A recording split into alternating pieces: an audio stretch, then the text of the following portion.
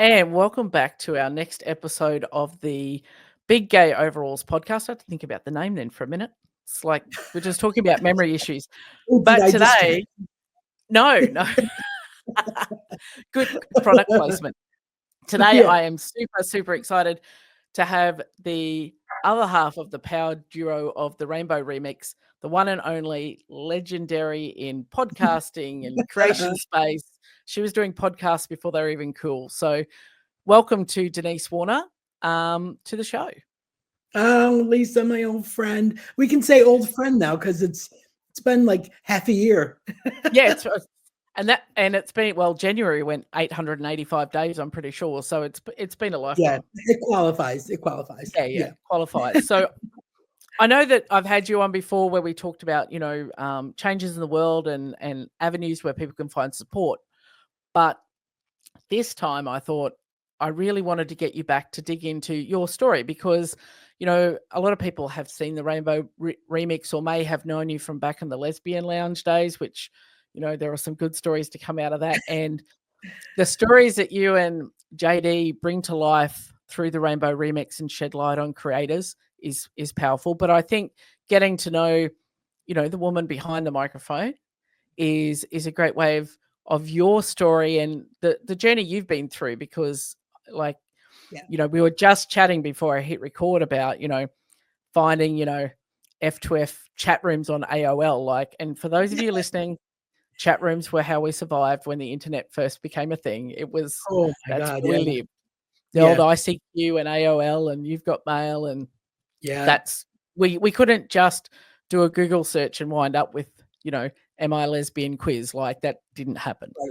Exactly. So and I also thought with your experience, it's going to be good for us to dig into today.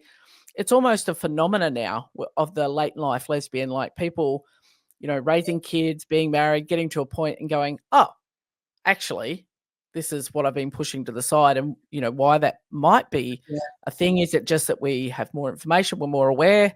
I don't know. But we'll talk about it. We'll have fun today for sure. So I'm super excited to have you here. Definitely. Yeah, I'm excited to be here. So maybe we can just kick off with a little bit of your coming out journey to, where you realized, actually, this is who I am. Yeah.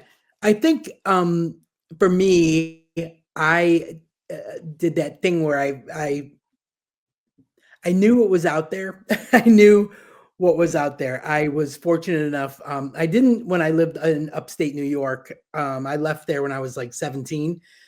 And my mom had just opened a restaurant in South Florida. And so the day after graduation, and I mean the day after graduation, I was on a plane and I was, down in South Florida. And it opened my eyes like to just like a playground, for lack of a better word, of what was really out there, as opposed to this narrow little box that I grew up in, and I was familiar with and didn't really know anything outside of that. I mean, it's crazy to have lived in New York State and I didn't even go to New York City. Like I was all the way up by Canada. So, it was just a different place to, different way of life, I guess. And then I moved to Florida and I was like, oh, looky here. And I made like a circle of friends that I still have now, which is always, it's so fun to go back there and talk and hang out with everybody again. But I think it was, I followed the herd, even though I had like feelings, I just did what everybody else was kind of doing, just, I just met my husband in a bar, of course, in a bar shooting pool. And we, dated and just, the next logical step was, to get married and buy a house, and our families just gelled like so much. And, everything felt right and all that. And I don't even know, really, like I said, what prompted it was, I think when we got, computers and we were hanging out, in the same room, in the office with two desks and two different computers, and he's on one, I'm on the other. And, he's looking at, hardware, you know what I mean? And stuff. And I'm over there like Googling, or not Googling, actually like, scrolling AOL Mm. chat to see if anything looked fun. And then you just let my interest was piqued with F for F. And I'm like, oh, is this female for female? Is that what that means? And then you pop in, you're like, it is what that means. Like, let me just, I'm not going to type anything. Let me just read what's going on here. You know, and just, night after night after night. And then finally I, kind of had some discussions with him, and he was like, Mm. well, let's try lesbian porn. Maybe that's what it is, and he would come home from the, with DVDs and videos and everything. And, I'm like, yeah, this is cool, but like, not with you. Yeah. But yeah, it was a weird road to go down. And I felt like things were snowballing, Mhm. in my head. And I'm so fortunate because where my mother's restaurant was, it was in the ground floor of a plaza that had offices upstairs. And that's where all my friends worked at, like an Mm. insurance company upstairs. I would see them every day because I'd be getting them coffee and breakfast and all that. Mm. And then we would go to happy hour after work or whatever. But there was also a therapist's office upstairs, and it was run by a husband and wife. And I, would see them every day. They would come in for their coffee too and have little Mm. chats. And it was always like, yeah, like you'd be like, hey, how you doing? And she would be like, good, good. How are you? Yeah. You just touch your soul, like, this is a It's a therapist. skill. Yeah, this is good. Mm. So I, made an appointment, and I went and talked to her. And I probably spent the better half of a year, going like once a week or whatever, and emptying my soul, and telling her what I was going through and whatnot. And we, really like kind of worked it out, like what my Mm. fears were, coming from a big Italian family that was now mixed with another Italian family that was just, like, now it was this huge, batch of my family, my in-laws. And Mm. I'm an only child, and my dad died when I was 19. So, here I am now, like in my later 20s, and we're 3 years into my marriage. And I'm, sitting in therapy saying, what are these feelings and what's going on, and da, da, da. And so we, really worked through some things. And I said, how is the best way for me to explain this without hurting Chuck? Because that was Mm. my big concern. Like, I don't want to hurt Mm. him. I don't want to hurt, my family, his family. Like, what's the best way to do this? And she said, well, maybe we bring him in and you tell him here. And then if he has any thoughts or feelings, we'll, work through them. And if he wants to continue and, having private, sessions or whatever, I can help him through that. And I was like, okay, yeah, let's do that. And that was kind of how I did it. Like, I was just so unsure, Mm. like I knew that my ex-husband had not a mean bone in his body. You know what I Mm. mean? Like, he was just like a Mm. massive teddy bear with dimples, Yeah. So it wasn't that I didn't want to hurt him or make him sad. Like, that was really it. I wasn't in fear of, him being Yeah. angry or whatever. It was more Yeah. of that. And so that's what we did. We sat down, and I kind of think that, like when I would come home from those sessions, I would say a little bit about what we Mhm. talked about and go into detail. So I think, by that point, he kind of knew what was Something. coming. Mm. Yeah.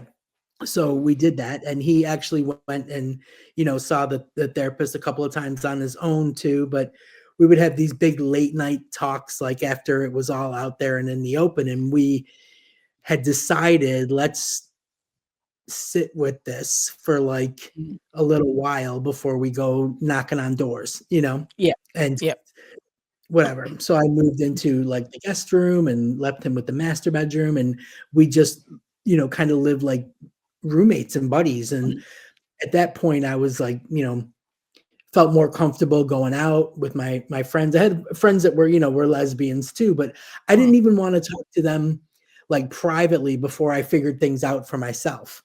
yeah. It was just nothing had changed. And then after I, came out, I was kind of like, hey, and they were all like, yeah, we kind of figured, Yeah. welcome aboard, welcome to the team.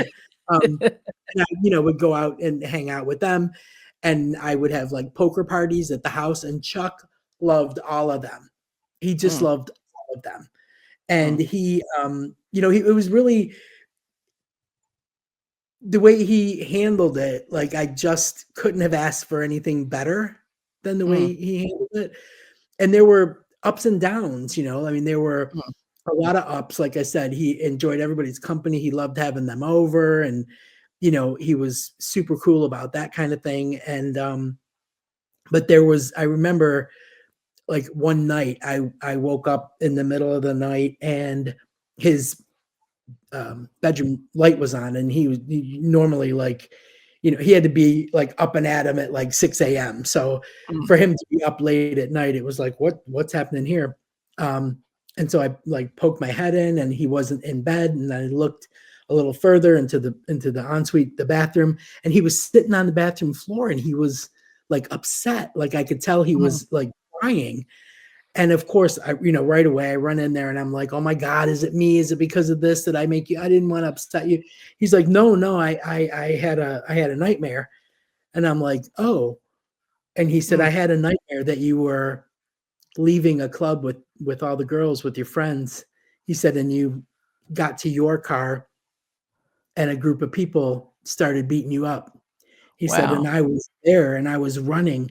I was trying to get to you, but the more I ran, the further away I was, and I couldn't Mm, do anything, and I couldn't help you, and I couldn't protect you." And he was, getting more and more upset. And I was like, "Okay, okay, okay, I get it. I get it." He said, I'm so happy that you figured everything out, but I'm mm, also so fearful for what's ahead. mm, Like I hear how people talk, and I see, you know, the news and stuff like that. And I know that we'll be living separately at some point, and I won't be there, mm, and it won't be us going someplace. mm, It'll be you on mm, your own, or you with someone else. And I feel like if God forbid something happens, I'm not going to be there. And I guess that, mm, just came out in this nightmare and everything. And mm, it was just probably the first time I had thought about that. mm. Like when you're in it, and when you're in your feels, and you're like, I figured this out, I'm cool. Like, oh my God, I'm gonna everybody's love, I'm fine. Like this was no big deal. And then all of a sudden, you get hit with Yeah. some facts, and you're like, what? Like, Yeah. oh my God, Oh. and yeah, it was like, oh, okay. Mm, I mean, it's not gonna stop me in my mm. process, but I it need to be does make aware. you change a little bit about the way you think. Like all of a sudden Mm, you are a little like, I don't think that I would have been as aware, you mm, know, um, of being aware, of mm, being aware of my surroundings, and, being aware of all that mm. stuff, if that hadn't happened, because I was just in my Yep. jolly, Little happy bubble. yeah, yeah. Yeah. And then all of a sudden I was like, "Oh, wow," then I started like Mm, having a baseball bat in the back of my Jeep, and, like all kinds of like, you never mm, know kind of thing. And, but yeah, um, so there were highs and there were lows. And I think, one of the things that helped me along too, in this process was I went through this, a lot of fear about, like, I struggled with leaving him on his own, mm, mm. like giant man baby, Yep. like he was living Mm. with his mom before we moved into, Yeah, before we okay. got moved into the house together. So I was like, oh my God, what is this giant man baby going to do in this big house? Like I'm the Yeah. one that, I think I had so much guilt, Mm, like layers and layers of guilt about it, even though he handled it so good. Like there was nothing he could have mm, said to me to alleviate that guilt of snatching away his future and his dreams. Like mm. that's, where I Yeah, and was that's with it, where he was like, no, like, what do you want? No, no, mm, no, no, no. And I'm like, yeah, yeah, buddy, yeah, think about it, yeah. but he never made me feel that way. That just came with it, Mm. you know, But that's just came. a human response. Like if you weren't a good human and you were a cold sociopath, you just cut and run. But Yeah, like you if know, I was a shit human being, right, I wouldn't have even looked yeah, back. Yeah. and That's like the thing. There was so much love there, like, mm, but like a brother kind of, yeah, like you yeah, would and feel like a brother. So it was I hard. I used to give myself a hard time and go, well, I'm going to upset everybody else's world for Yeah. something that I'm going to do. Yes. Like I'm a shitbag human, and nobody, actually said that, but you feel that You feel it. that You feel guilt, it. and that stops you taking action. And like, I must have spoken to my counselor like for 6 months, and it was the same conversation every time, going, well, maybe I could tell him this way, or maybe I could do this way, and what if this, and what if this? Like it was just till eventually one day it just happened organically, but I carried all that guilt for so long about Yeah. like, well, what about them? Well, Yeah. yes. I mean, so I'm not a bad human because I did worry about that, because you're like, well, they didn't ask for this. That's not what they signed up for. But I'm like, well, neither you didn't sign up for this either. But look where you are. Like Yeah. something's got Here to we are. change. Right. Yeah. Yeah. And it was, I think it was a good thing that we kind of kept it like just within Hmm. us, Yes. because we were able to work through that part of it, like, the night, like we didn't, so we were like that for almost a year, before we said, okay, maybe now might be a good Fine. time to tell everybody, like, so, Mm. we told, and I got to tell you, Lisa, he came with me to every single person that I Mm. wanted to tell. He Yeah. came Well. with me because, and I said, you don't have to, you don't have to. This is me. This is all on me. And he's like, people will take it much better if they see that I'm okay and you're okay.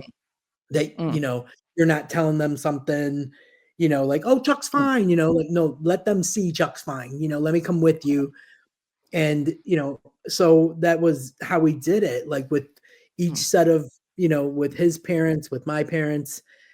And, I won't say that my mom handled it like a trooper, because she didn't, she was upset in a way, like not a Mm. mad upset, but just a like, what do Life you changes. mean? Yeah, like Mm. that was all I ever got was, what is happening right now? What do you mean? It was so, not on her Mm. radar. And Mm. so yeah, I don't know if it was a good thing or a bad thing to keep it from everybody, until we adjusted, because now we got to wait for them to catch up, you Yeah, know. but I think It's I don't know that tough. there's a right or a wrong way, but I think it let Yeah. you, like, it's almost the kindest thing you could have done for everybody else, because like, okay, I can not tell you this in the middle of our current chaos, and now I'm adding your chaos to that as well. It's like we're good. And quite often, and I was talking to a client the other day about this, is like, if everyone sees we're good together and we're both good about it, there's not the, well, who did something wrong, or what happened, or, and they Yes. start creating, if they don't know the full story, they tend to start creating the narrative. So, Right. like when I wanted to tell my ex-husband's cousins, who we were particularly close with, he was in the chat with us, and, just so that they knew that everyone's all good. Right. There's no big drama. It's biology. This is what's happened. And Yeah. like, It's then it takes biology. away that layer of drama of like, ooh, who did what? Wonder what's happened, and then conversations Yeah, going like on the separately. Like, side convos, you know what I yeah, mean? Like, and you're telling all the myths that they are going to yeah, create and before if they we're good, create. then if we're good about it, you can be good about us being good about it and Right. process. But it's kind of, you're not layering chaos on chaos and crisis on crisis. Like, great, Exactly. we're in the middle of our storm of emotions, and now I'm going to have to deal with your storm of emotions too. Like, it's Yeah. probably the kindest thing you could have done for everybody. Like, yeah, Yeah. I think so. I mean, you know, when I look back, I go, I don't know that we could have handled it any better. Yeah. It was a matter of like, once we got it out there, we just kind of took a step back, let everybody, Mm. if you, if Breath. you, are having a problem, or whatever, like you get in touch, we'll figure it out or whatever. But it was, for me, it was going back and like, seeing my mom like a day or two later or whatever, Mm. and having her still be upset. Like I thought, okay, well, we're telling her it's one thing. And then like my thought was like, just all right, be over it, but you Mm. can't rush people to be over it, and my Yeah. mom like really kind of said to me, I got to deal with this in my own way, in my own time, because Mm. what I envisioned for you now is Mm. thrown for a loop. Like it's not, it's not there anymore. You know what I Mm. mean? And I'm like, okay, like I can give you that. I mean, Mm. that's the least I can do, is let you go through what you Have have that to go moment. through feeling. Yeah, it And I was like think, mourning my future that yeah, she had created.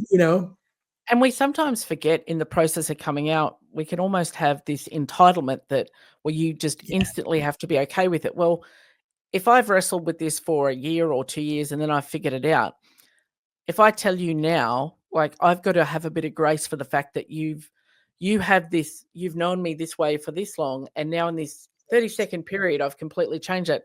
So I need to give you grace to yeah, process that however you need to. I've had the luxury of, not luxury, but I've had the time to do it and I'm good with it. But yeah, yeah, you're getting this right now and it's changed everything that you thought was yeah. on your bingo card for that day. Like, you're Right. gonna need a minute. Yeah, yeah. Like she definitely needed a minute, that's for sure. And it was probably me being like a little bit bullish about it.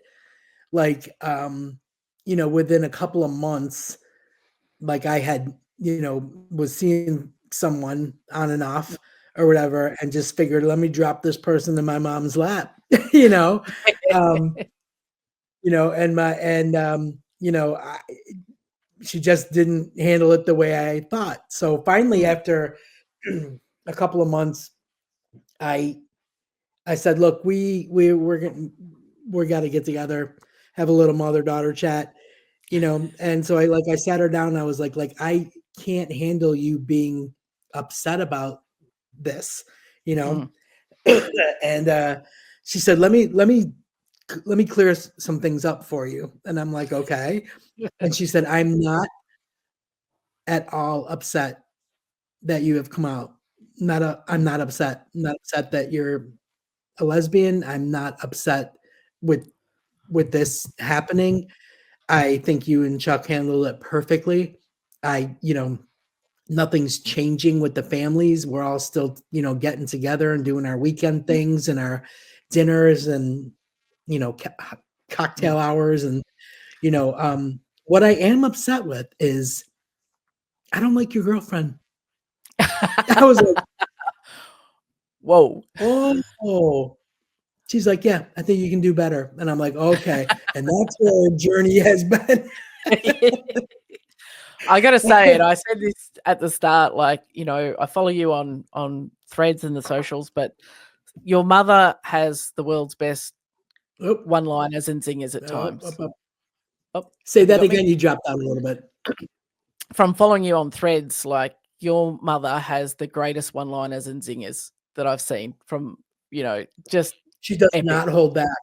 Yeah, Yeah. she's a powder keg of sass. Yeah, Probably powder where you keg get of it sass. from. Yeah. Possibly. Possibly. Possibly. Yeah, But but, it's good that you yeah, guys she can get doesn't to that hold back. point. Yeah. And it was right then and there, I think, when I realized everything was gonna be okay, because Mm, she wasn't going to walk on eggshells around me or mhm. pretend in any way. She was gonna be the same, "I'm just gonna tell you Mm, how I feel," kind of, and we've always yeah. had that. So when Mm, that moment happened, I was mm. like, "Oh, it's gonna be alright." And We're you know okay. what? I'll tell you right now, she was 100% right, Yeah. like, 100% right about that one. So, They add always that to are. the basket, right in the trash basket. So, yeah, it was, like she is never really wrong about it. Like that was, mm, and it was like one of the reasons why I think my wife and I are really good together. And um so it was let me put it this way. So that was in like 1999, around 1999, right? So I didn't meet Gemma until 2008. mm, So in between 98, 99, and so 10 years, and my mother was never wrong about one girlfriend that I brought mm, around. When you know, like I said, she calls them as she sees them, and I mm, take it on board. And like I said, she's not wrong. And a lot of times I would think to myself, I'm sticking this out. Like I don't feel this way. Like mm. I don't know what she's seeing and everything. And sure enough, it would come to a burning, torturous end. And I would look back and be like, God damn, like I stuck that one out because I was trying to prove my mother wrong. Yeah, It it's a just zero-sum backfired on game. me. Yeah. Yeah. So I think when Gemma and I met in 2008, and by this time, um, like I said, well, let me go back a little bit. One of the things that made it easier to transition out of my marriage into, getting my own little condo and living my lifestyle and being authentic and, you know, Mm, digging everything and not really looking back and worrying about Chuck as the way I used to, was because all this time when I thought that he was, sleeping because he had to be up early, he was online chatting up a girl in California. So, ah, hello. so he had this online relationship kind of blossoming and everything. So when we actually sat down and literally wrote out our own divorce on yellow legal pad and brought it to a lawyer and said, "This is what we're doing. Here you go," Type it up. kind of thing. Yeah. And so we were at like that good point where we, felt really good about everything. And I was going to be moving into a condo that my mother owned, and Chuck was keeping the house. And the girl that he was talking to from California, they were going to meet up. And they were meeting in Vegas for like a weekend or whatever. And I literally helped him pack and told him how to act and what to wear, and, like, and, so that was going really, really well. So by the time my mom's tenant was moving out of her condo and I was moving in, his relationship with Ginger had gotten to the point where she was moving from California to Florida. And we were kind of crossing that weekend where her moving van was pulling up and my truck was being loaded with my stuff. And Yep. then we like, Wow. we were like, she was like, "Oh my God, I love your couch." And I'm like, "I love your couch." And she was like, "Do you want to swap?" And I'm like, "Yes." And we were like swapping furniture. And she had Wow. this amazing little 6-year-old boy at the time. And he was like my little sidekick. I want you, I won't, I wanted them to have weekends Mm, together, like this yep, was a new start for them. And so I would take Mikey for the weekends at my place, and yep, I would take him to the skateboard park and, bring him to football practice and, all that kind of stuff. And it was just a very unique, modern, blended friendship that worked mm, out. And so I think Chuck told Mike a little white lie that I was his cousin. mm, So at some point, I think he overheard Chuck call my mom his ex-mother-in-law, mm, and that stuck with him. And then he needed answers. yep. Like, how did that, so we had to like, How does that fit? we had to come clean. And then he figured some things out. And that was how he learned that girls can love girls and boys can love Mm. boys. And, It but yeah, it was crazy. But I think, over that 10-year period, um, that I was dating and getting mm, out there and, you know, getting my tramp on, I should say, because like, when you're a late bloomer, you feel like you got to make up time. time, yep. Nothing else counted. But it's Right.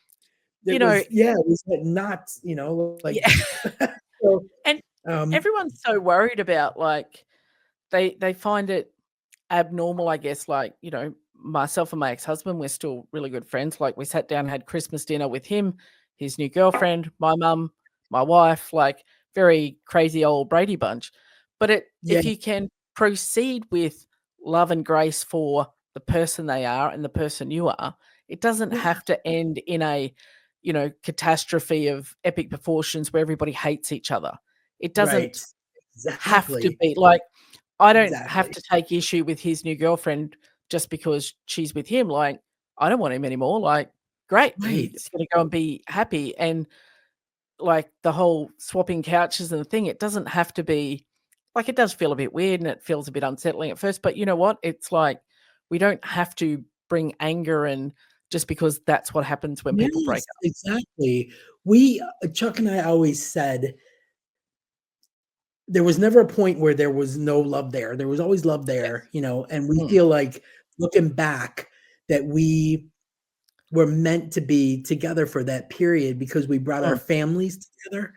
Yeah. And even after we weren't together, you Mm. know, the part that wasn't working, we fixed. Yeah. We Yeah. fixed. And We then figured it out. kept the good bits. And Yeah. everything was working, again, and, like, I mean, Ginger slotted in so perfectly, that it never Mm, felt weird to be at, Christmas dinner mm. with her there, or she brought my mother here to London, like, Yeah. I mean, like, that's how tight everybody It's a was. big thing. Yeah. It huge. It made things so much easier, um because of that, Mm, because I think there was such a good foundation, of mm. people, that we were all in this together and we're all figuring it out and we did and it worked out fine. And for the longest time, even after I was in my condo, Chuck would have to pass that area to go to work. Yeah. And sometimes on his way home from work, he would like stop by. Mm. I mean, and he helped with everything. He helped paint the condo, he helped move furniture and, all that kind of stuff. But yeah, so like long after I had been in it and he would stop by and be like, "Hey, just gonna take a little nap," or "I just need to take a poop." Like he would Yeah. just, come to my door for things. And it was just like, you Yeah. just have to be okay with it because it's like Yep. you would This is for any other friend, you know? yeah, right. You just come Yeah. by. So, Yep. Go ahead, drop your deuce, go. yeah, see ya. Thanks for calling in. Um, so the next part of your story that I'm really interested in is because I know it's quite an interesting story, just the tiny snippets I know of how you met your wife. You're in the States, and I know she's from Australia, and now you both live in London. Like, that's just, Right. let's Yeah. cover the globe. So what happened was, so I now that I'm like out and thriving and you know, dating everybody in town and whatever, I had met my best friend at a spoken word thing. Like there was Mm, someone put out a call that there was a new spoken word night that was going to start, and they wanted a collective, to kind of run it and everything. So I went and checked it out, and I had um, didn't know any of these faces, which was weird because like now I, was out like all the time, and I'm like, who are these lesbians that I don't know or whatever? Well, this was a whole group that I had kind of didn't pay much attention to. This was the mom group. mm, This was the mom group that were like maybe 4 or 5 years older than me, but same situation, married, but they had kids, right? So, mm. but so anyways, that's where I met Donna. I met my friend Donna, and she already had a best friend, but that didn't stop me. I moved right in on that. Um, but no, it was because we lived in like suburbia in South Florida. We were like, so we're like north of Miami, but way south of Orlando, just like smacking Broward County in suburbia. And I lived on one side of our city's hospital, and she lived on the other side. So we lived that close, like just a hospital separated us. And once we figured that out, then we would like hang out, go to dinner, do stuff on weekends, and go to the Christmas parade for the city together and everything. And it was really fun.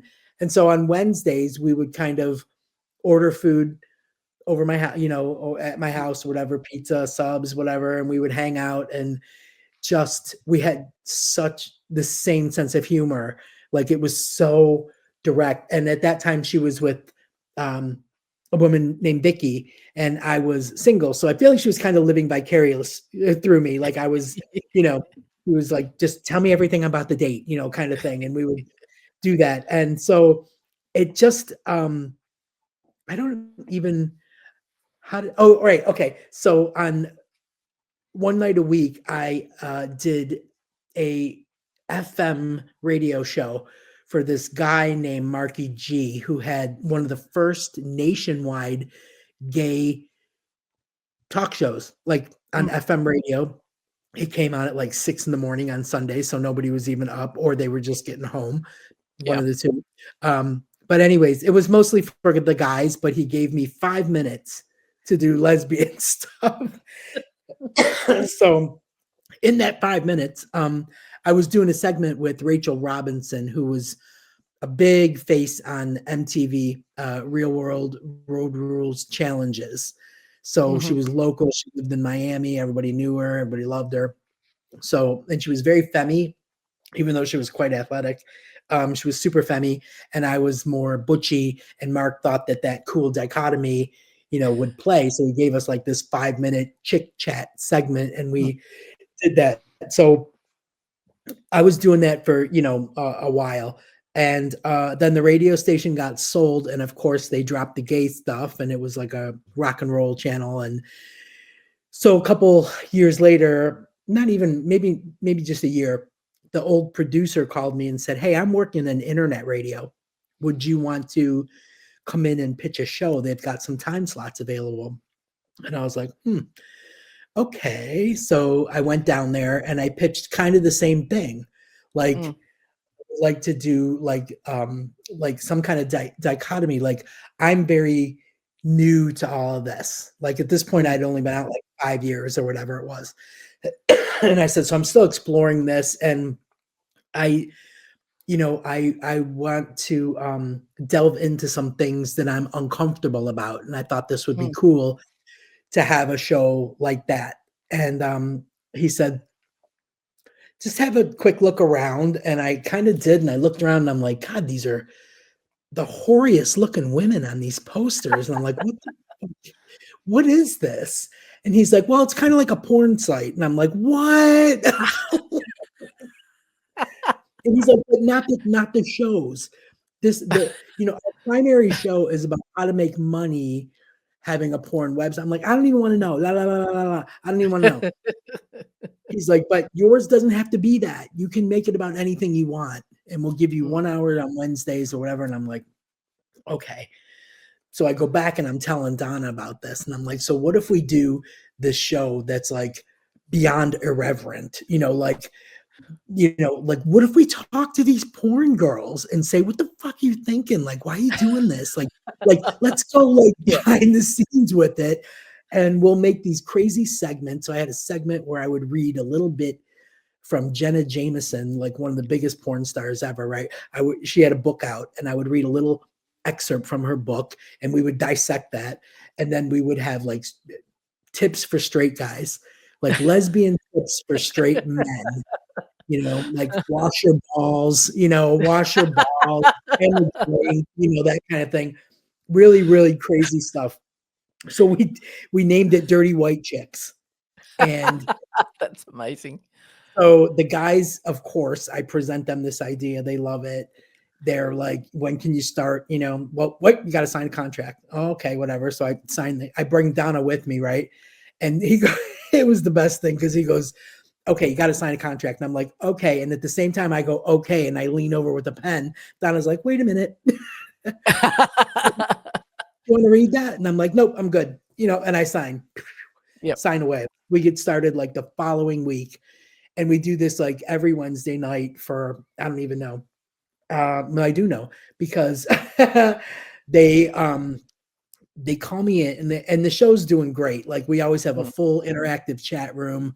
People are mm, loving it. They're loving how stupid crazy it is. I had a friend of mine from Tampa who was a fetish expert, and she would pick a topic every week and delve into it, and I would be, of mm. course, on the other end going, "Ew, ew, what?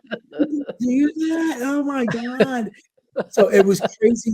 It was crazy, crazy fun, and it started, I think, getting pretty big. So they call me Mm, into the office, the head guys that own the site, and they tell me, "Look, that you're doing fantastic, and we want to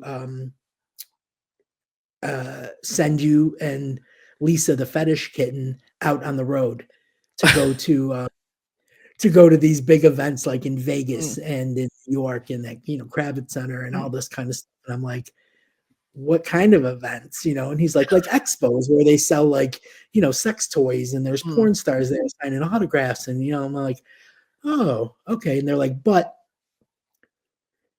we want you to drop your fat friend." And I'm like, mm. "What?"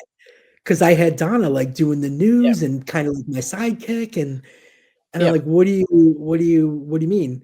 And they're like, "Well, she's not gonna go to the expos with you and Lisa." And I'm like, "Oh, okay." And they're like, "In fact, if you can drop her from the show if you want." And I'm like, "I don't want." mm, They're like, "Well, we do want." And I was like, "Well, we're at an impasse." And he said, "Well, you've got 5 more shows you gotta get through on your contract." And I'm like, "Okay." He said, "Then, we'll start sending you guys out. Your show's doing really well. We'll give you a better time slot if you want." And I'm like, listening and everything, go back, do our 5 shows. And what I realized they were doing was cutting Donna's mic. They were cutting her mic. ah, yep, Jesus Christ. So I get through the 5 shows. We have a meetup for the next, contract signing. And I was like, "I think we're good here." yeah, I'm out. And they're like, yeah, "Wait, wait, wait. You've got like the number 1 show on the station." I'm like, "Well, you should have told me that like, a while ago, and you didn't." yep, And if I have the number 1 show, I should have a say so on how I want it to go. So mm, I don't want to do your changes and I don't want to do the things you want me to do. So I'm out. And then it was like this great, I not that it was a great idea, because towards the end we were kind of like, "Oh, this does feel a little exploitative." This is a little grappling yep, with the compass. But I just said, I think we can clean this up and do something better, you know? mm, And so I went to Donna and I told her, "Look, we're not going to do this anymore. These guys are shitty. They're shitty people." And she's like, "Why? They're just shitty people." yeah, What we're going to do is we're going to revamp this to make it community friendly so that mm, our lesbians will want to listen to it without holding their nose.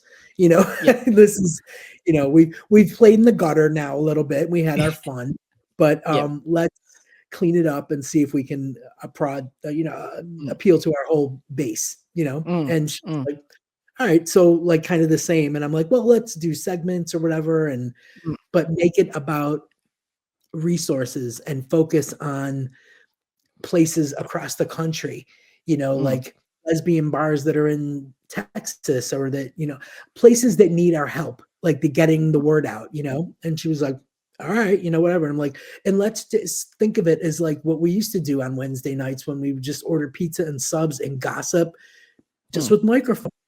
And she's yeah, like, "Okay, like, what do you need me to do?" I'm like, "Nothing, just, show up on turn Wednesday up, still, but we'll figure this out." And she was like, "Well, who's gonna host it?" I'm like, "I don't know yet. Gonna I'm gonna pitch shake, this around." And she's like, "To who?" I'm like, "I don't know. I don't know. I don't know what I'm gonna do." So I um was working for an insurance company, and I used to play like a gay internet dance radio station, in one mm, ear while I was doing like my work or whatever.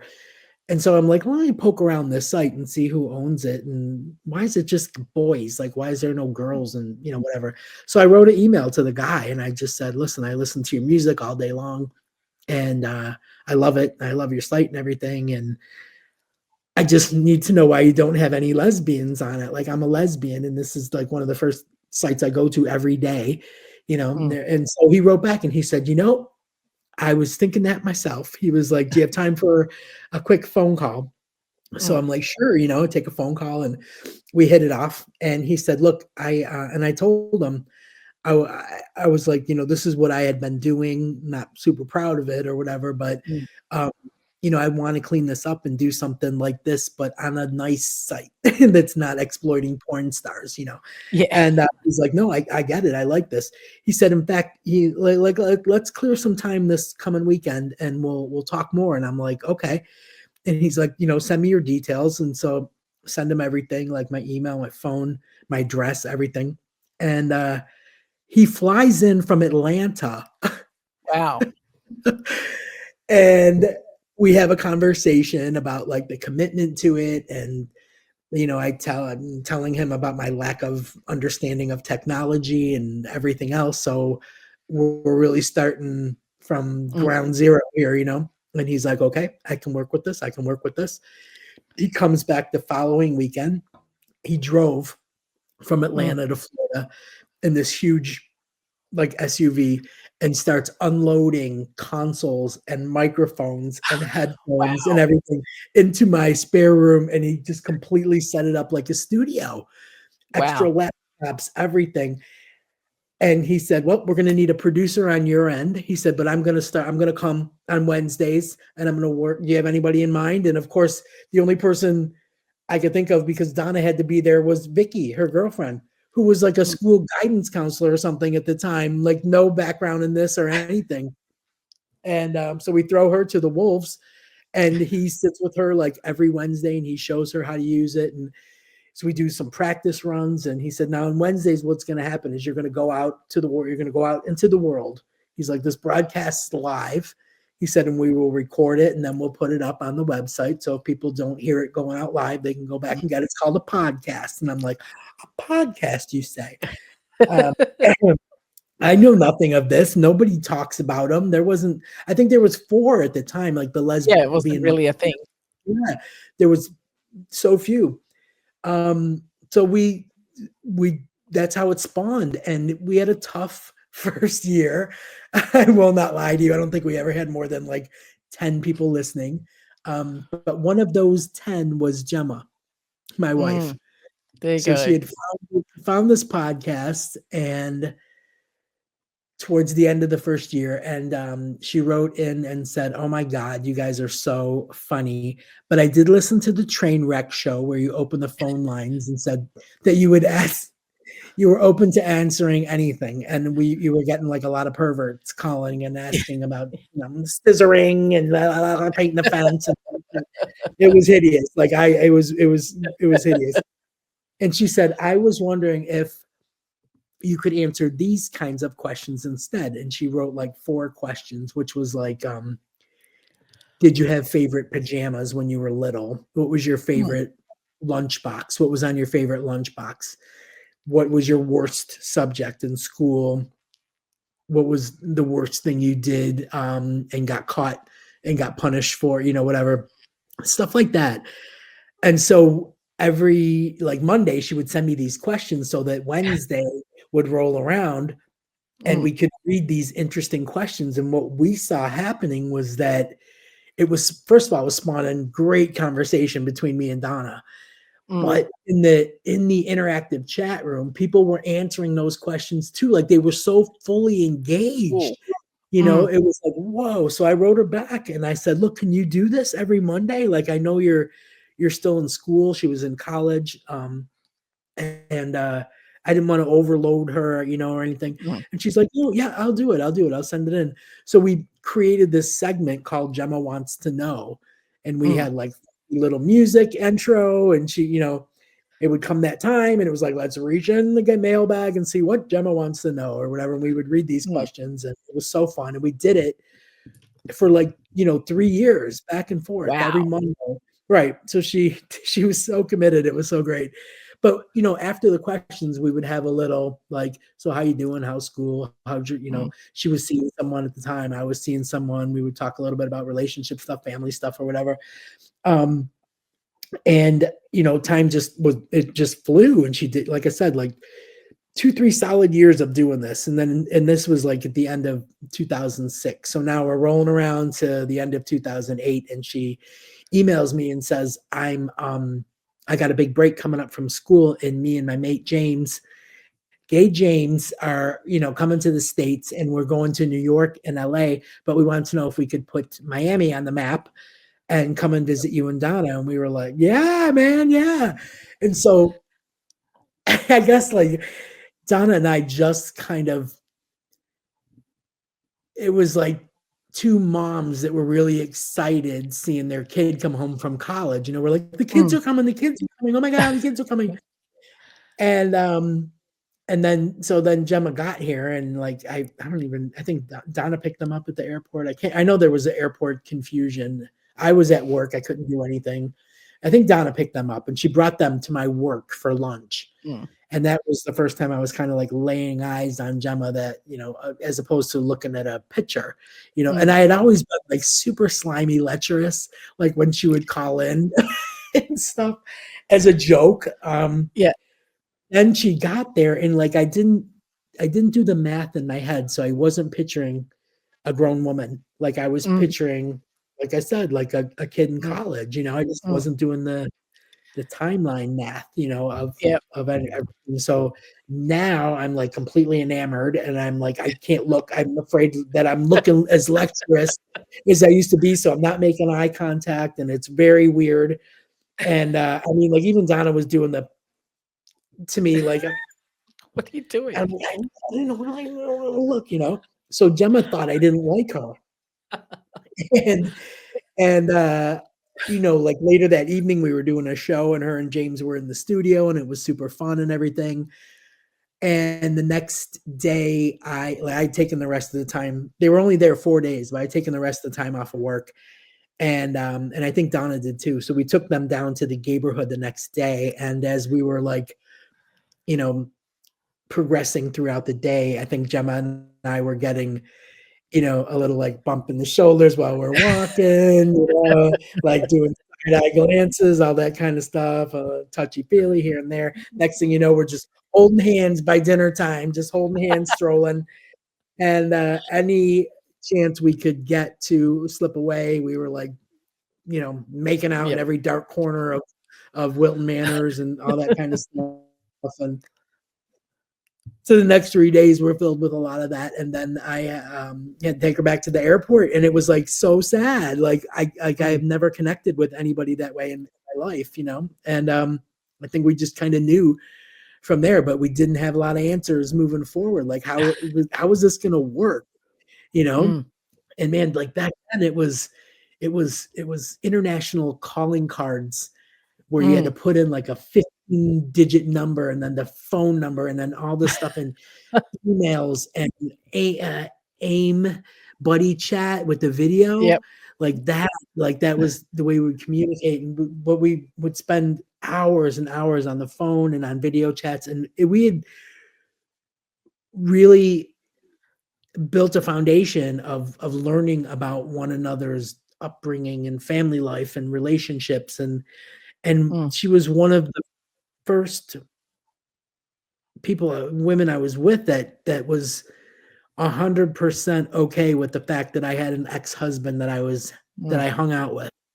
She was 100% on board with the fact that I went to my mom's like 3 times a week for dinner, that I talked to my mother like 5 times a day on the phone, and she was the same way, so it was like, I mean, I can't even tell you how many relationships, like women were so insecure about the fact that I had Chuck in my life, that it would end relationships, like I can't deal with this, So I finally found someone who understood, friendships and past relationships and family, and those things. We shared the same values in that way, and it was that was how we figured it out. Like that was how, I mean, we just spent a lot of time talking, because that's all you can do. I mean, I know she made it back. One of our listeners, Hazel, who wrote in and said, like, I found your podcast. I'm a late in life lesbian too. I love listening to you and Donna, and I am going on that cruise that you guys have been talking about, and I can't wait to meet you. I'm from London and blah, blah, blah, blah. And I was like, oh my God, Donna, she thinks we're really going on the cruise because we were promoting it as if we Yeah. were going, but then we were just not going to show because we were broke ass bitches. We didn't have money for a plane ticket to get to the port, to get Yeah. on the boat. So I had to come clean with Hazel and tell her. And she said, I'm going to be doing some business in the States coming up. Maybe we can meet, have dinner, have lunch or whatever, talk about it. So she did. She came to the States. She stayed at Donna's, and we hung out and everything. And we explained to her that we weren't going because we weren't in the position. We both had medial jobs and whatever. We were just literally getting by. And she said, okay. So before she left, she bought me, Donna, and Vicky plane tickets to New Orleans to get on the boat because we were promised rooms for the promotion, so we didn't have to pay for the rooms. It was literally just getting our fat asses to New Orleans. We couldn't do it.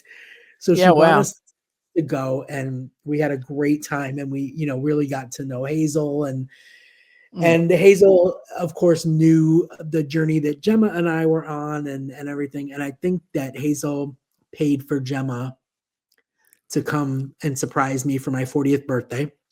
Wow. It was right there. Maybe it was my 41st. I don't even remember. But mind you, there's 13-year age difference going on here.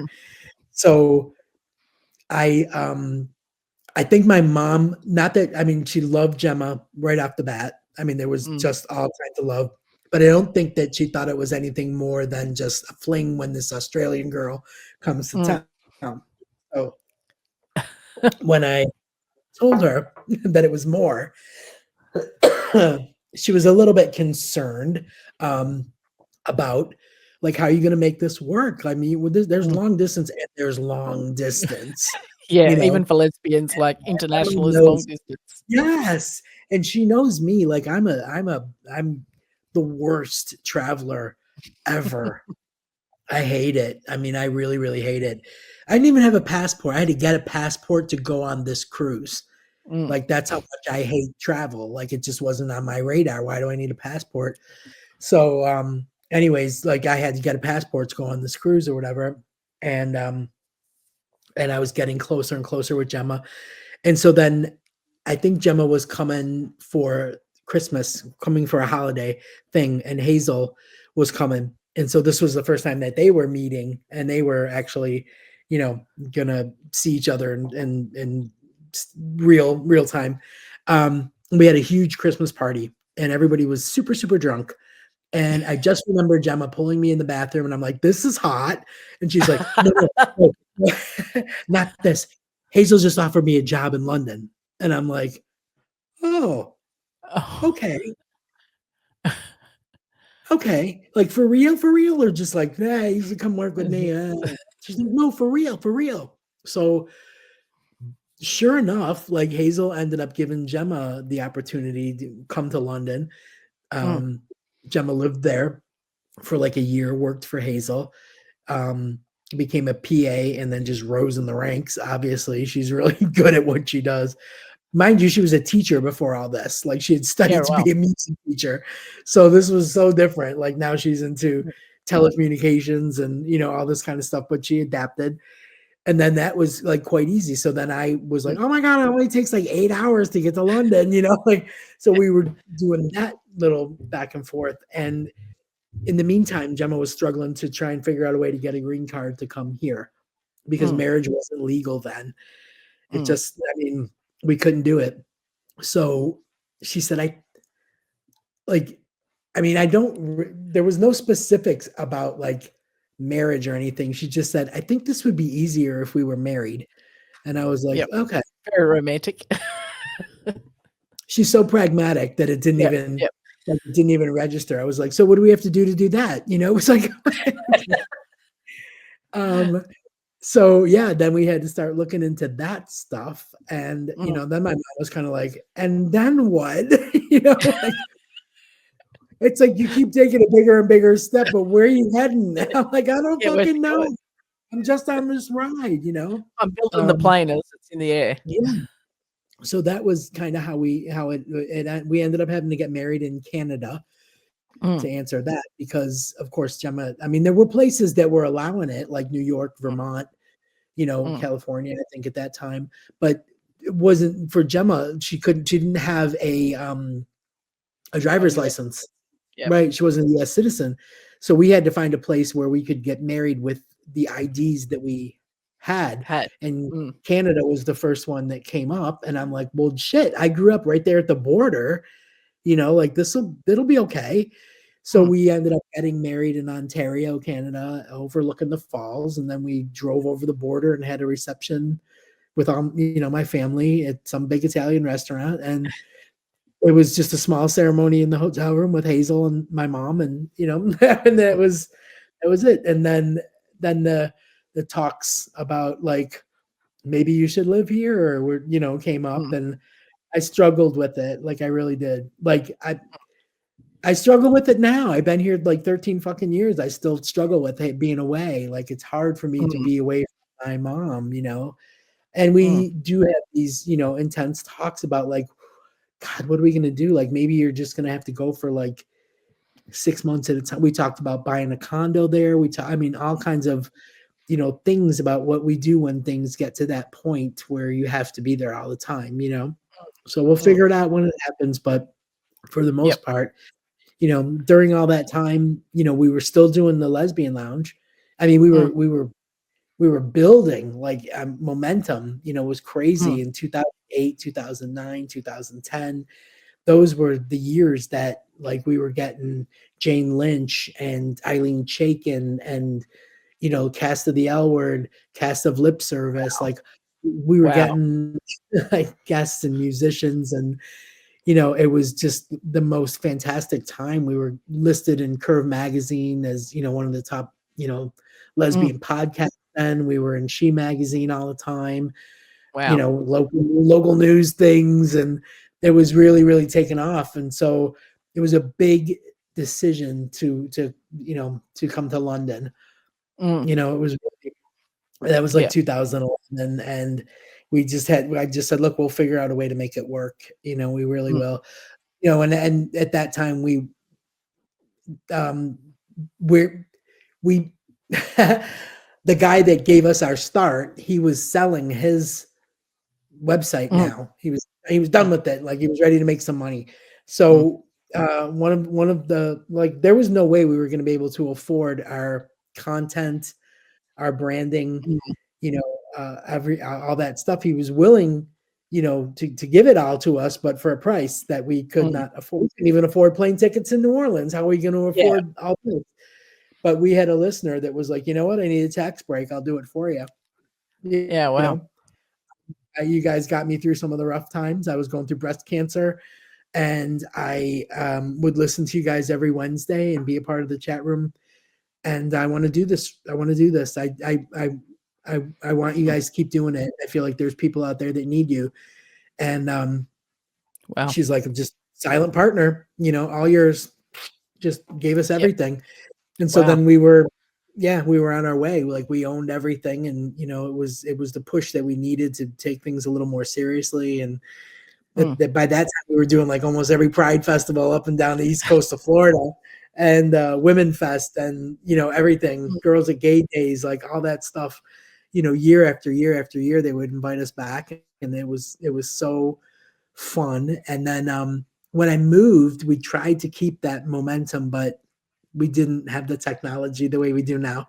yeah. We were trying phone, Skype, everything. The delays were horrible. Mm, We were stepping stuttering. all over.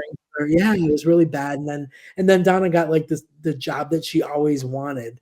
She wanted to work for expressly for an LGBTQ community center or something in Mm, that realm, and she landed it.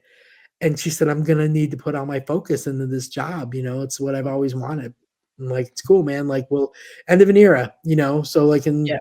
2016, we just like called it quits, and I took a little break, and then I started producing other people's stuff.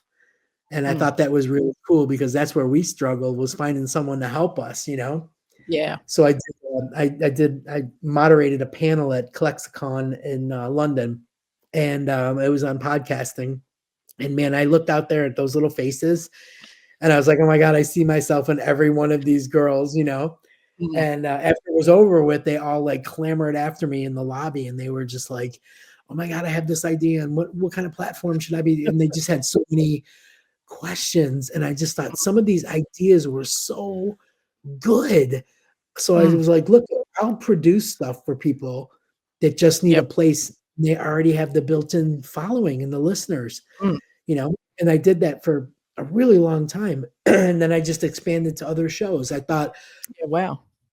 you know, I was here in London, and I know everybody who's big, readers, you know, like big readers, whether they're on the tube, the train, you know, whatever, or they're listening to a book or reading a book.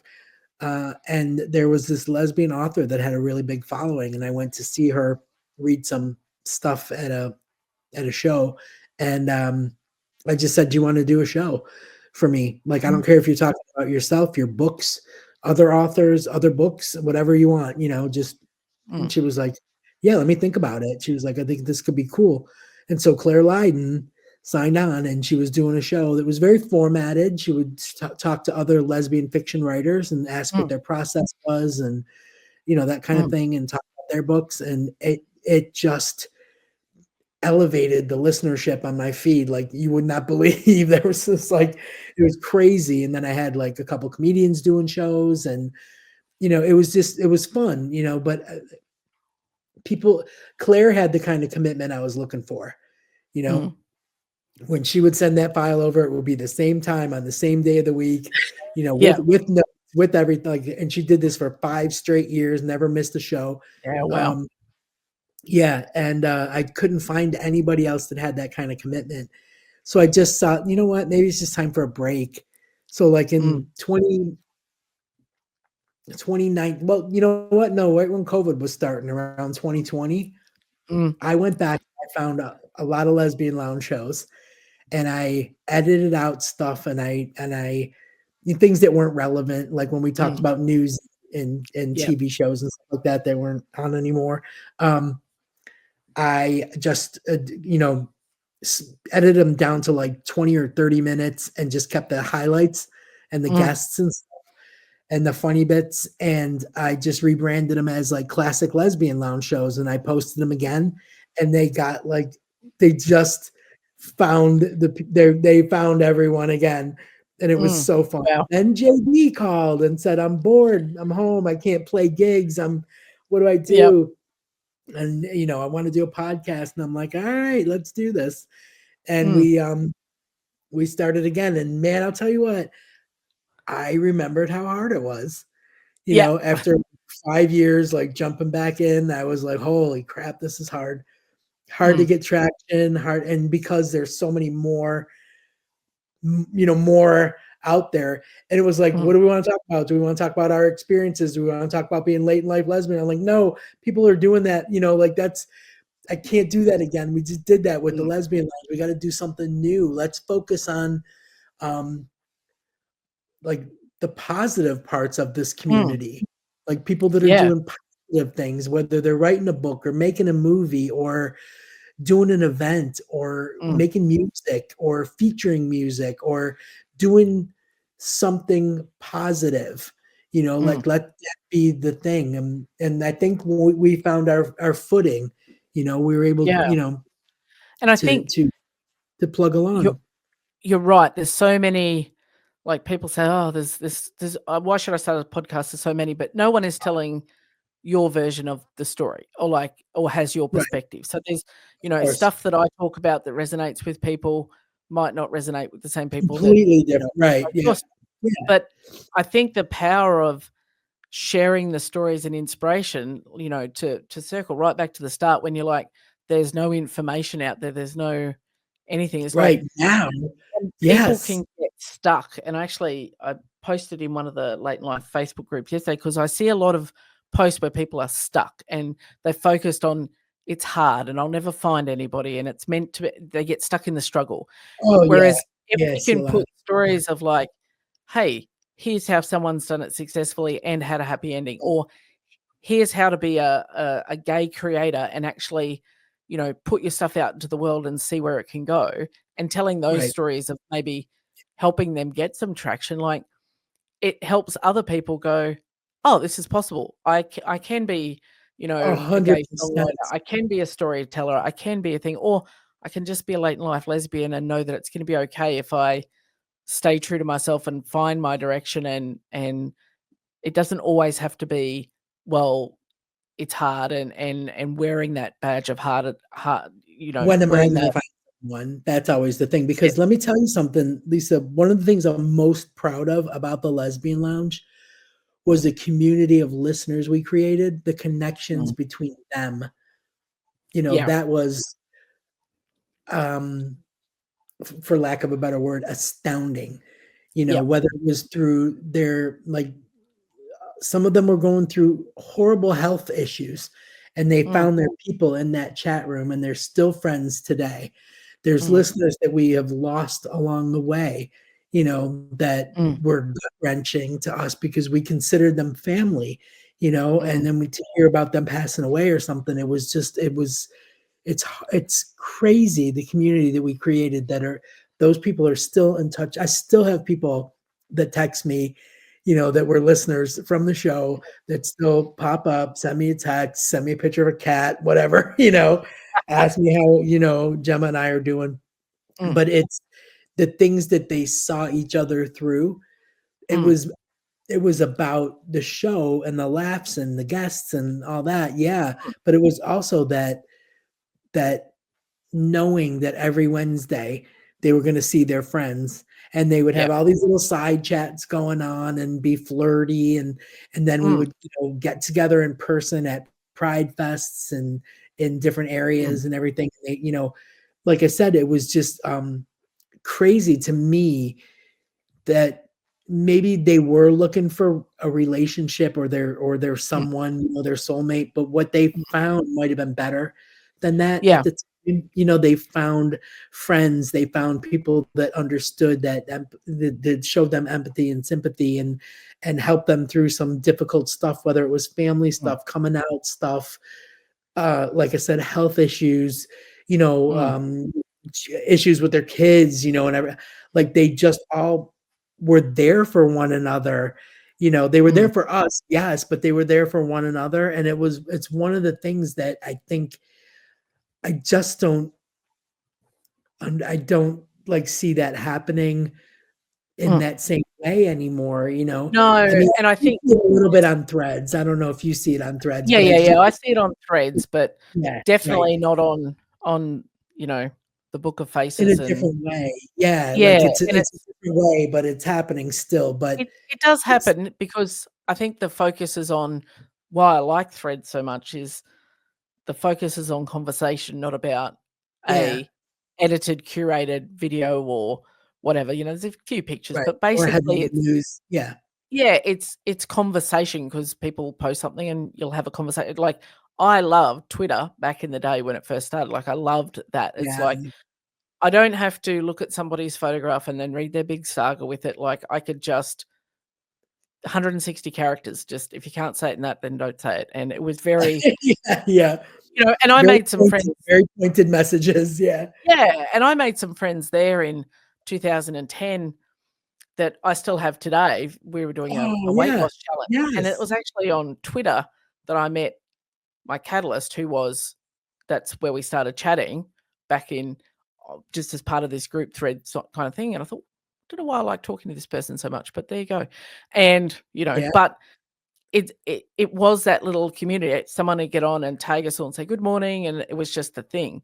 But I yeah, think now that the platforms have grown, and whatever, it gets harder to have that connection. And I think because there's so many people who use the platforms for nefarious reasons, like you've got your trolls and stuff and right, catfishing, right.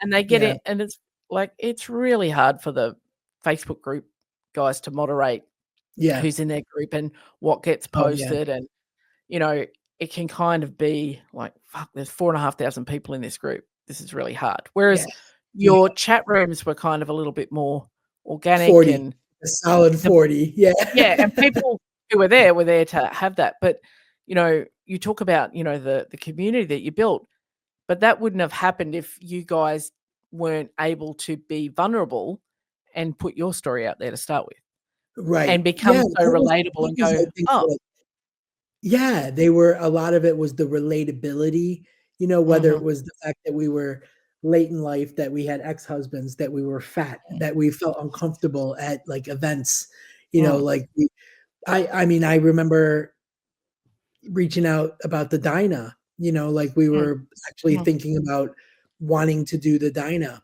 and then mm." I felt like they treated us shitty, Yeah.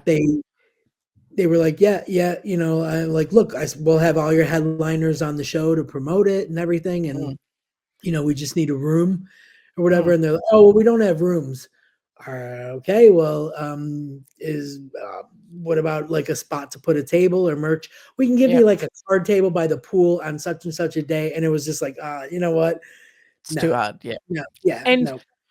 like, as we're We made you fun of can that, like, yeah, we embraced it, and yeah, then we made it's real. it's about that. We would have, like, I hate And Mariah Hanson, discussions and, things like things like that, or we would make up, like, bullshit about it and just, mm, poke fun at that, but, like, we knew who our crowd was. We yeah, knew that they were the chubby cargo short wearing with the white beaters and the tats, yeah, carrying a perfectly packed cooler and having the right bottle opener, and, like, we yeah. knew those were the people, and we were okay with it. Like, And I we th loved that about it.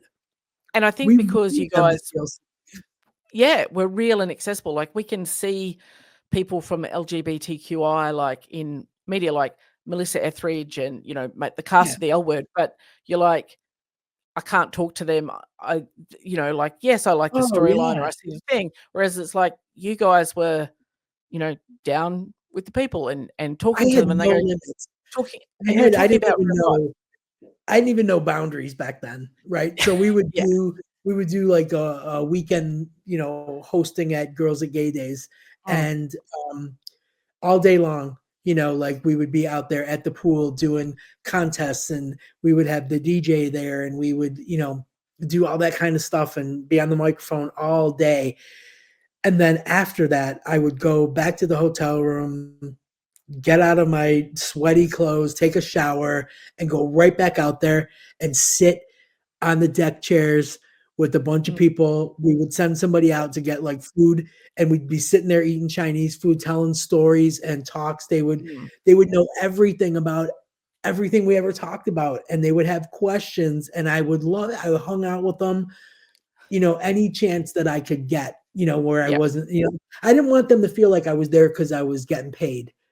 Yeah. I never Yeah. wanted them I'm to with you. feel like that, So, And that's the power of that, isn't it? It's, you're it's accessible and but also relatable. It's like these are human stories and we're telling other human stories yes, and and we're I'm having not fun. tell I'm not telling you something from a textbook. I'm telling you because I've lived it or, or I get it rather than, well, and, don't get me wrong, love her music, but, you can listen to a Melissa Etheridge album and go, yeah, I feel like that's speaking to me. But you, you don't have that interaction to have that conversation with her to go, Like, where did that come from? And, how did that feel? yeah, And her lived experience, like you get her clearly, she's got very high profile, it's curated. But for you yeah, guys, it's like, we've been where you are. yeah, And, this post I wrote yesterday it just was bubbling in my brain that I put in one of the Facebook group and saying, this is from someone who has been where you are now. And it was just about, if you're struggling with the thought of coming out and you think to your husband if you're still married and you think it's gonna be chaos and da da da, it doesn't have to be. It can be. I've come out the other side. And it was just a thing to say, I've walked this path yeah, and other people have walked this path. yeah. And, it's real rather than going, get some inspiration from my number one selling book and stuff like Right, that. Like, right. Yeah. yeah. The And I feel connection like, is yeah, more if like when if we someone's can l have and they're more profound and have more of an impact and, you know, like I got a comment back on one of my blog posts the other day. Someone wrote and said, "In case you wonder, we are reading, keep writing, because this came at the perfect time." And you're like, oh, and when I had JD on, that's what I was talking to her about. In the field that we're in, you put out so much stuff and you're like, but you don't, I'm not standing up on a stage seeing people clapping wildly and going, yeah, that was amazing. Like I put it out there, You go, don't get the instant feedback. You don't get yeah, the did instant feedback, anybody right? read it? Like, Right. does Yeah. am I just talking out my ass here, or is this making a I just difference? screaming into the void. But Yeah. it's true. Like I think that was one of the things that we used to say, Don and I used to say was 80-20. We'll give Mm, them 80% and we'll try and hold back 20, so that we have a little bit of autonomy. But it never worked that way. It was always 100%. yeah. Like from my aunt just walking in the middle of a show with a plate of meatballs and my cat taking a shit in the litter box in the middle of a show. We just leave those things Real. in. We didn't Yep. want to polish anything or edit anything. If Mm, we burped, whatever. if we were eating, whatever was happening, and they were either seeing it or hearing it live. And Yep. I just said, like, let's just leave it all on the table, Yep. like we I didn't want it to feel like a constant barrage of Q&A. I never Yep. wanted it to feel that way because I Mm, feel like people get nervous with that too, yeah. So Yeah. we wanted to email in a question, yeah, we would answer it. We would answer anything. We would talk about Mm, anything, like it didn't we mm, had no boundaries when it came to yep. that kind of thing, but I also wanted it to be um a lifeline for people Mm, who didn't have or know how to, and then leave it navigate. blank. Didn't know Yep. how to navigate, didn't know how to come out, didn't know how to respond, didn't know how to feel. I Mm, mean, you can't tell someone how to feel, but you can tell them how you felt, and yeah. it, and then where to go, what to do. So Mm, we found like as many um, community centers in rural mm, middle America where people might not feel safe, and mm, we talked about those spaces and we had those people come on and talk about those mm. places, And I and think get emails back from people that would say, I don't feel like I have any friends but you two. And every yeah. Wednesday I look forward to it. But I also have found, I bought the book that you were talking about, or I Mm, went to the place that you had mm, mentioned. And I would have mm, never known it had I not been listening to you guys, or, had I not mm, found you guys. So the information that was going out, yeah, we were fun. Yeah, we were burping and farting and making fun of each other and all that stuff. But you were gonna come away with something more than giggles, you would have yeah. that information. So that was And I think always everything is so curated on the socials now. Like there's so we're much so. seeing, the highlight reel. So I think when people find something that is real and unfiltered and honest, they're drawn to that because it is like a shining beacon in Yeah, the darkness going, oh, hang yeah, on a minute. Here's, some of the content I put out for my other podcast is like, the self-help industry is bullshit. They're telling you this is a lie. yeah, And try and be very direct about it because, you know, everyone's like, give you the warm and fuzzies, but that's not going to get you unstuck. And right, understanding it's real and it's like, this is not from a textbook. This is not from a theory. This is just lived experience. And you yeah, do with it what you will. And here's a resource. But I think people get drawn to that authenticity and that thing going, oh, well, she's not perfect, but she's navigated it okay. Maybe there's hope for me. right. So, And I think I learned a lot through when I look back now and I listen sometimes to like older shows and mm, just go, oh my God, like, oh God, how far we've come, like, so I think to myself, if my mind has changed, maybe someone else's mind has changed. Like I remember being very biphobic. I mm, wasn't gonna date bisexual because I don't wanna deal with them. It's bad enough that you gotta worry about them cheating with another woman, but now a man too, like, I don't need yeah, that kind of stress in my life.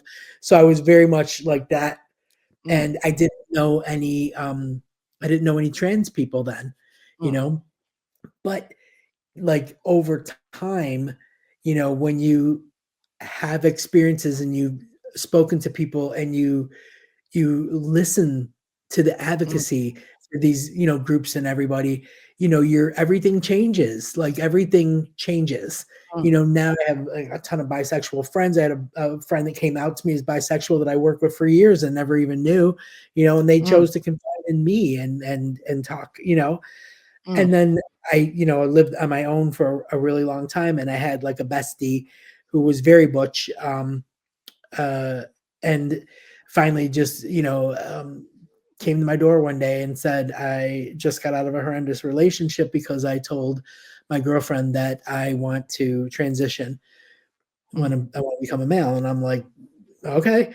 And I'm like, do you need a place to stay? And he ended up living with me for like 3 years while he went through that mm. whole process. So that opened my eyes to things that I would never Understand. have known. And those were Mm, things that I felt good about talking about on the mm. show, Yeah. and now, and that was back then. But now, with the remix show with JD, I Mm, think that we're finding different types of guests mm, that we're interested in. Not that our whole community is celebrating. Like those were the people mm, that we wanted to have on the Lesbian Lounge. Like back mm. then, Jill Bennett and Kathy DeBono, and our numbers in the chat room would go crazy when we would have like celesbians on.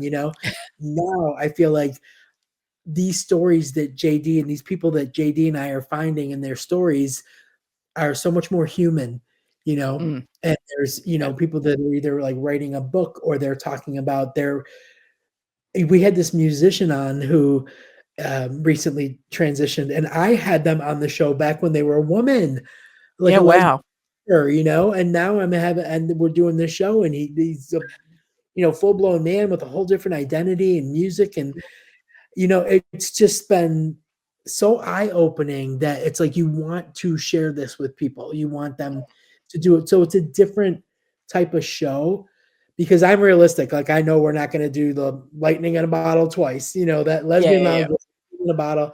So we're Magic. shooting for something a little bit different here, but I don't think that it's any um I think it's different in a way that meets what people Yep. might be looking for today as opposed to what they were into back then, And I think like, it evolves, and we're and older the now.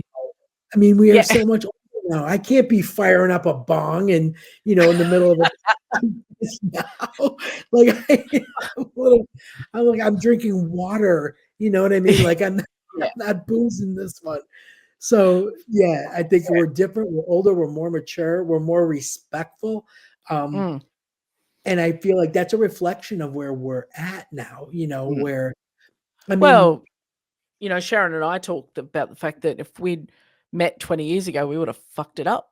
Like, we you think completely would not be where we're at. Like that, we'd go, oh, we'd have 20 more years of life together. No, we'd be lucky to no, have 6 months because we would have fucked it up. But it's all that lived that's so experience. true. That is so true, You right? can, being a little older and all our experience, like you bring that into you can have better conversations with your guests now just because Yes, you've done that so many times, and you're you so know right. So you right. can you can pick out the key points and go, okay, and now you're looking at not what matters to me, but what matters to the world. Like, what do people need to hear about? And then Yes, let's go be intentional about that. The yes, conversations are still amazing and organic, and they flow, but it's, what information will be helpful to somebody, even if it's one yeah. somebody. I mean, I think it's important that we spotlight Mm, and celebrate our personal evolution, kind mm, of as we sure. grow. Like Mm, I think back and I go, "Oh my god, I can't believe that Donna and I would waste like a half an hour on the show talking about the Real Housewives of New York." And like now, JD and I are having these discussions about how poignant somebody somewhere yeah. that TV show is, and like how it meant so much, to have the diversity and Mm, the struggles and the misfits that kind of band mm, together in their rural little, I mean, it's just so different, the conversations and the stuff that interests you mm, now.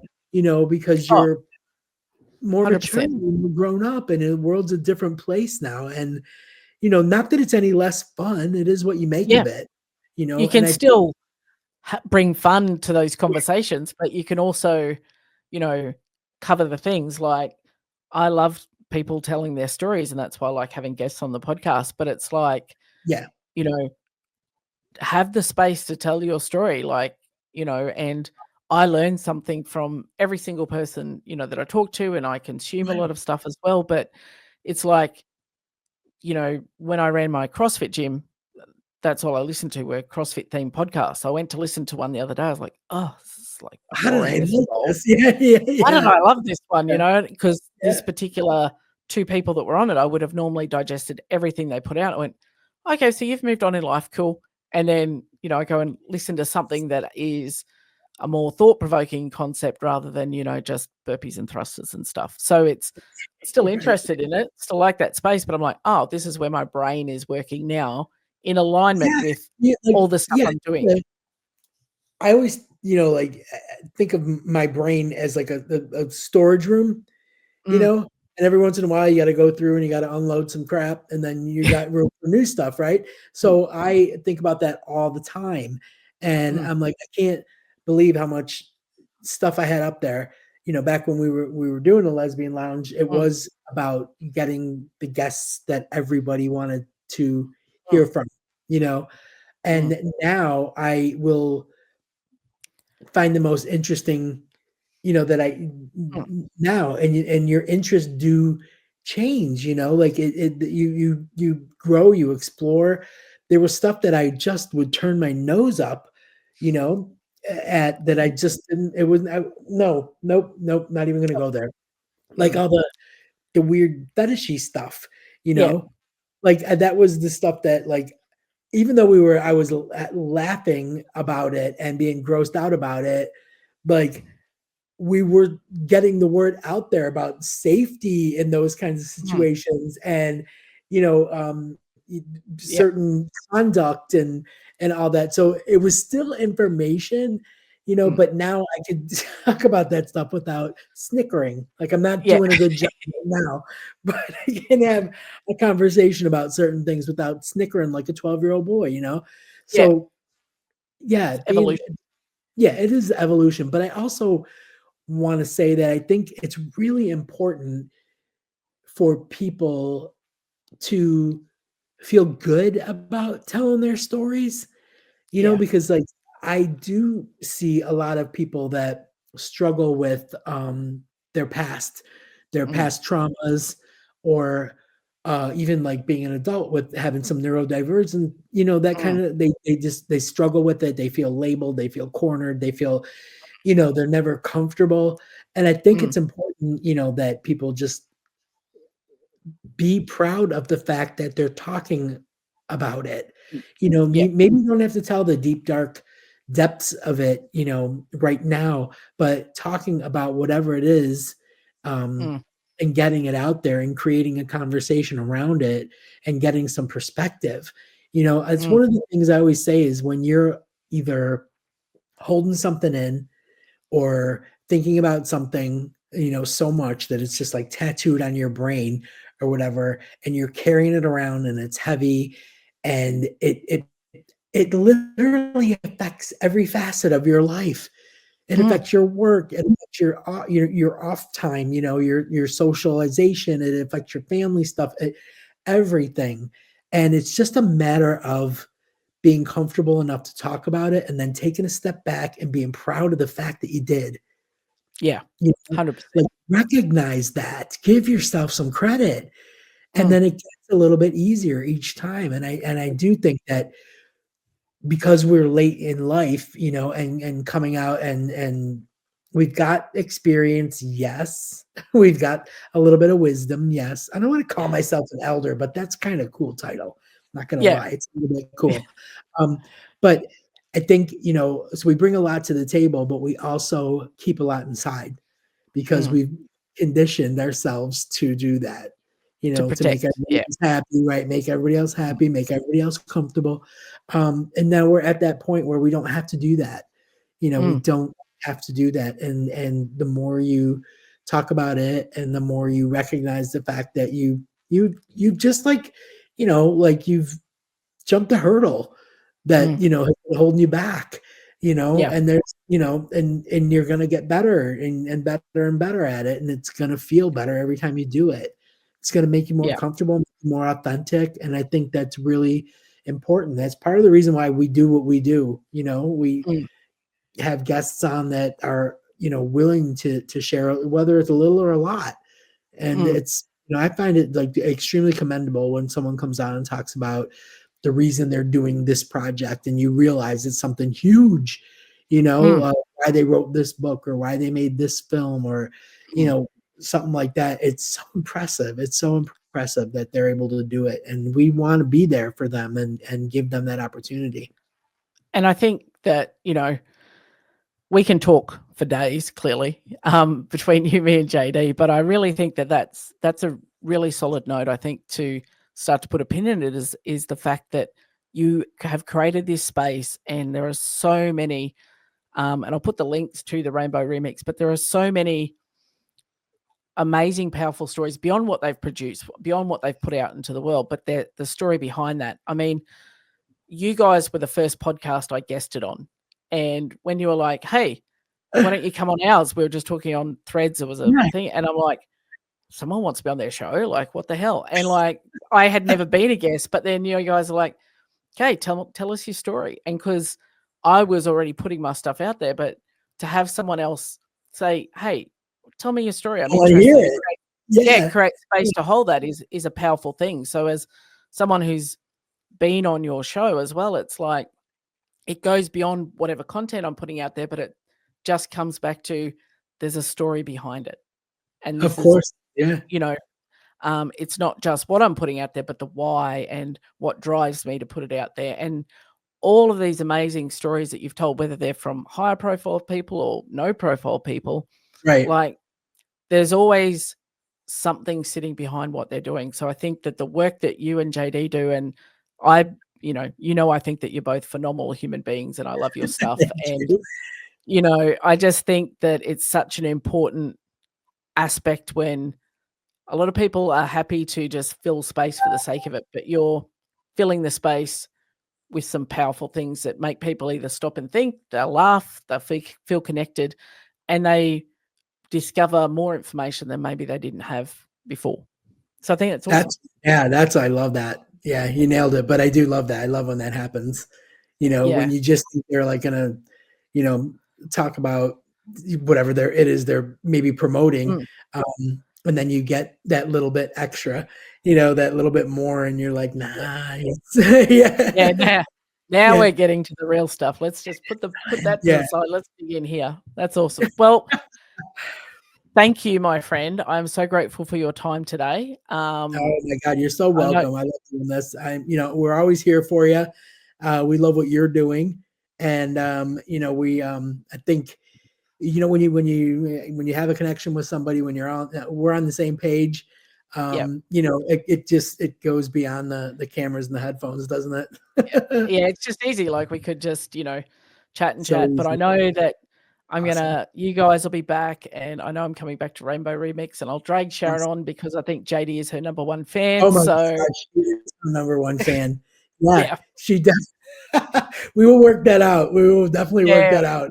Cool. Excellent. Awesome. Awesome, my friend. Okay. Thank you so much. Have a good night, love. Take care.